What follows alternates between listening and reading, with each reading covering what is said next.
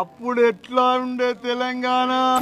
TSPSC ప్రశ్నాపత్రాల leakage వ్యవహారం వేడెక్కుతోంది. Group 1 ప్రశ్నాపత్రాన్ని Rajasekhara Reddy ముఠా అనేక మందికి అమ్మినట్లు సిట్టు భావిస్తోంది.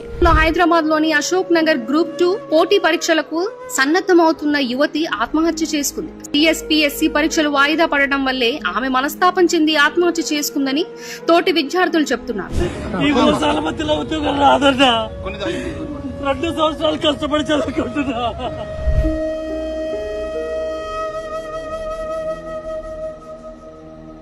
ఇప్పుడు ఎట్లుంది తెలంగాణ.